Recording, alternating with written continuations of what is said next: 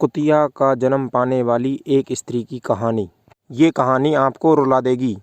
आप सभी से निवेदन है, इस कहानी का एक एक शब्द ध्यान से सुनना।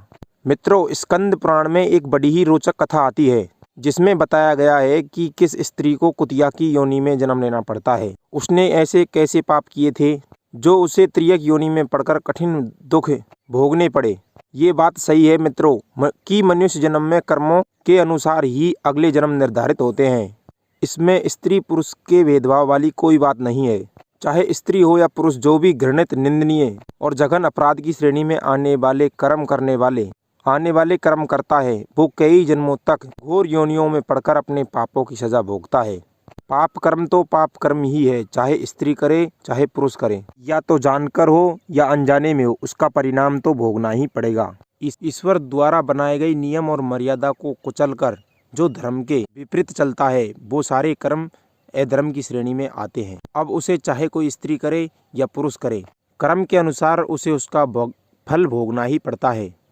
पाप और पुण्य के ये सारे नियम मानव पर ही लागू होते हैं, अन्य योनियों पर इसका कोई प्रभाव नहीं पड़ता। इस कथा में नारी जाति का अपमान, बल्कि एक स्त्री द्वारा ईश्वर के तोड़े गए नियमों का कुफल बताया गया है। यदि यही नियम पुरुष तोड़ता है तो उसे भी इन्हीं परिणामों को भोगना पड़ता है। अच्छे कर्म ही मनुष्य को महान बनाते हैं। यदि वही मनुष्य बुरे कर्म करता है तो उसे निंदा और अपमान का पात्र भी बना देते हैं। जीव अपने कर्म अनुसार ही ऊंचे आसन पर बैठता है और कर्म के अनुसार ही गड्ढे में गिरता है। कर्म अनुसार वो ब्रह्मा, इंद्र, सूर्य के भवन में जन्म लेता है, और कर्म से ही वो मनुष्य होता है, और कर्म से ही वो पशु पक्षी आदि योनियों में भटकता है, और कर्म से ही वो नरक में गिरता है, और कर्म से ही वो वैकुंठ प्राप्त करता है।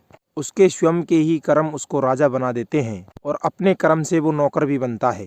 कर्म से ही वो सुंदर बनता है, और कर्म से ही वो रोगी। कर्म से ही उत्तम कुल वाला, और कर्म से ही अपने भाई बंधुओं को कांटे की तरह चुभता है। अच्छे कर्मों से ही उसको अच्छी पत्नी मिलती है, अच्छा पुत्र मिलता है और सुख भोगता है। अपने कर्म से ही वो पुत्रहीन रहता है। दुष्ट स्वभाव की स्त्री मिलती है और स्त्रीहीन भी रहती है। भगवान ब्रह्मा से लेकर कीड़े मकोड़े तक कर्म अनुसार ही फल भोगते हैं।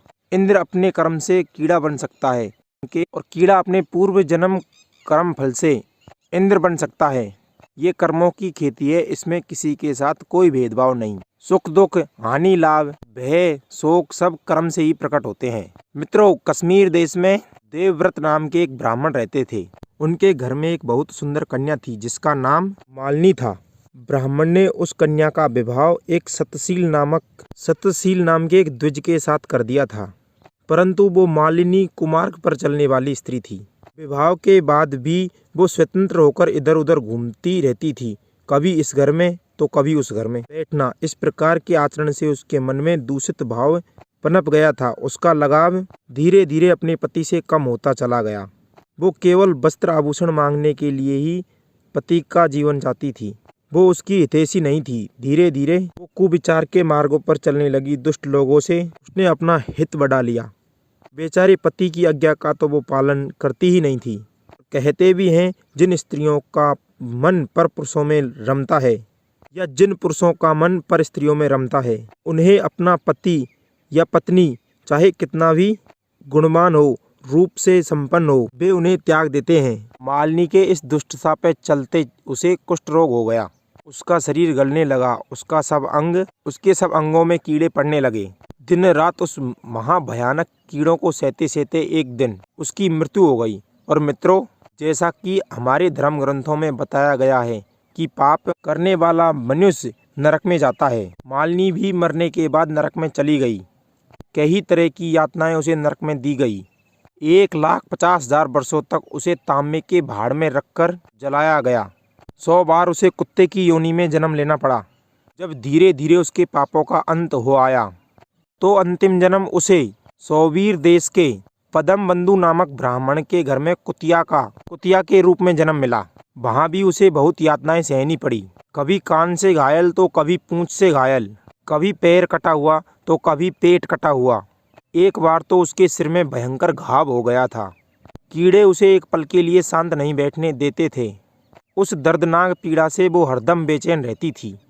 एक दिन की बात बैसाख की शुक्ल पक्ष द्वादशमी का दिन था। ब्राह्मण परम बंधु का पुत्र गंगा में स्नान करके पवित्र होकर भीगे वस्त्रों से घर आया। उसने तुलसी की बेदी के पास जाकर अपने पैर धोए और संयोग से वो कुतिया उसी दिन उस बेदी के नीचे सोई हुई थी। सूर्योदय से पहले का समय था। जब उस ब्राह्मण ने अपने पैर धोए थे तो वो पैरों का धुला हुआ जल उस कुतिया के ऊपर पहुंच गया, जिससे उसके जो पाप शेष बचे थे वो सब नष्ट हो गए। उसे अपने पिछले कई जन्म याद आ गई। पहले के जन्मों को याद करते हुए वो कुतिया उस तपस्वी के पास जाकर कहने लगी बड़ी दीनता के साथ, हे मुनि, आप हमारी रक्षा करें। कुतिया ने उस ब्राह्मण को, कुमार तपस्वी को अपने एक एक करके अपने पिछले जन्मों के बारे में बताया। वो पूर्व जन्म में किए गए सारे कुकर्मों को गुनाने लगी। कहने लगी, हे ब्राह्मण देव, जो मैंने किया वो मैंने कई जन्मों में भोग लिया। अब आगे कोई और मेरी तरह कुकर्मों में लिप्त ना हो, इसलिए मैं कुछ बातें लोक कल्याण के लिए बताना चाहती हूँ। तो कोई युवती पति के ऊपर वशीकरण का उपयोग करती है, वो दुराचारणी मेरी तरह तांबे के पात्र में पकाई जाती है। साध्वी स्त्री पति का अपराध करके कैसे सुख पा सकती है? पति का अपराध करने वाली स्त्री सैकड़ों बार पशु पक्षी और सैकड़ों बार कीड़े मकोड़ों में जन्म पाती है। ठीक यही गति उन पुरुषों की होती है जो अपनी पत्नियों के साथ अत्याचार का व्यवहार करते हैं। इसलिए स्त्रियों को सदाचार का पालन करते हुए अपने धर्म और कर्तव्य को याद रखना चाहिए। मित्रों, ब्राह्मण कुमार से वो कुतिया कहती है, हे ब्राह्मण देव, आज मैं आपकी दृष्टि के सम्मुख आई हूँ। यदि आप मेरा उद्धार नहीं करोगे तो मुझे पुनः इसी कष्टदायक घृणित योनि का दर्शन करना पड़े। इसलिए हे तपस्वी महाराज, मुझ पापनी को बैसाख शुक्ल पक्ष में अपना पुण्य देकर मेरा उद्धार करो। आपने अपनी पुण्य में वृद्धि करने वाली द्वादशी का व्रत किया है। उस व्रत में स्नान दान करने से तुम्हें जो पुण्य प्राप्त हुआ है, उस पुण्य से मुझ पापिन का उद्धार कर दो। मुझ दुखिया पर दया कीजिए। मित्रों, कुतिया कहने लगी, हे ब्राह्मण देव, संत ऋषि ब्राह्मण हमेशा दूसरों का भला करते आए हैं। भगवान के भक्त भी भगवान के समान होते हैं। भक्त भी यदि कृपा कर दे तो दीनहीन का भला हो जाता है। हे मुनिवर, आपके दरवाजे पर रहने वाली मैं एक कुतिया हूँ।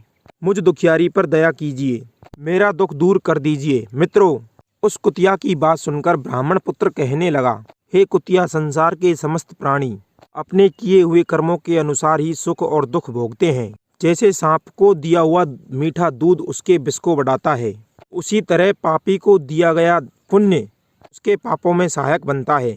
इसलिए मैं तुझे अपना पुण्य नहीं दे सकता। ब्राह्मण कुमार के मना करने पर वो कुतिया दुख में डूब गई और उसके पिता ब्राह्मण परम बंधु के पास जाकर रोने लगी।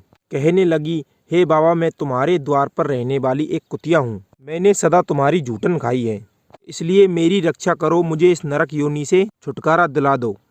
कहते हैं, गृहस्थ महात्मा के घर जो पालतू जीव रहते हैं, उन्हें अपने साथ साथ उनका भी उद्धार करना चाहिए। चांडाल, कौवे, कुत्ते ये प्रतिदिन गृहस्थों के दिए हुए टुकड़े खाते हैं, अतः वे उनकी दया के पात्र होते हैं। जो लोग अपने ही पाले हुए रोग से ग्रस्त असमर्थ प्राणियों का उद्धार नहीं करते, वो भी इसी तरह के नरक में पड़ते हैं। दुख में पड़े हर जीव की रक्षा करना मानव का धर्म है। अपने से छोटे वर्ग के जीवों पर मनुष्य को हमेशा दया दिखानी चाहिए। यही भगवान की आज्ञा है। मित्रों, दुख से आतुर हुई उस कुतिया की बात सुनकर घर में बैठा ब्राह्मण परम बंधु का पुत्र तुरंत घर से निकलकर चला गया। पुत्र का यह व्यवहार ब्राह्मण परम बंधु को पसंद नहीं आया। ब्राह्मण परम बंधु ने अपने बेटे को बुलाकर उससे पूछा, बेटे, तुम्हें ऐसा नहीं करना चाहिए। साधु पुरुष समस्त जीवों के प्रति समता का भाव रखते हैं। वे कभी किसी को हीन नहीं कहते। वे दुखियों के प्रति हमेशा दयावान रहते हैं और उनका उपकार भी करते हैं। सूर्य, चंद्रमा, वायु, रात्रि, अग्नि, जल, चंदन वृक्ष और साधु पुरुष सदा दूसरों की भलाई में ही लगे रहते हैं।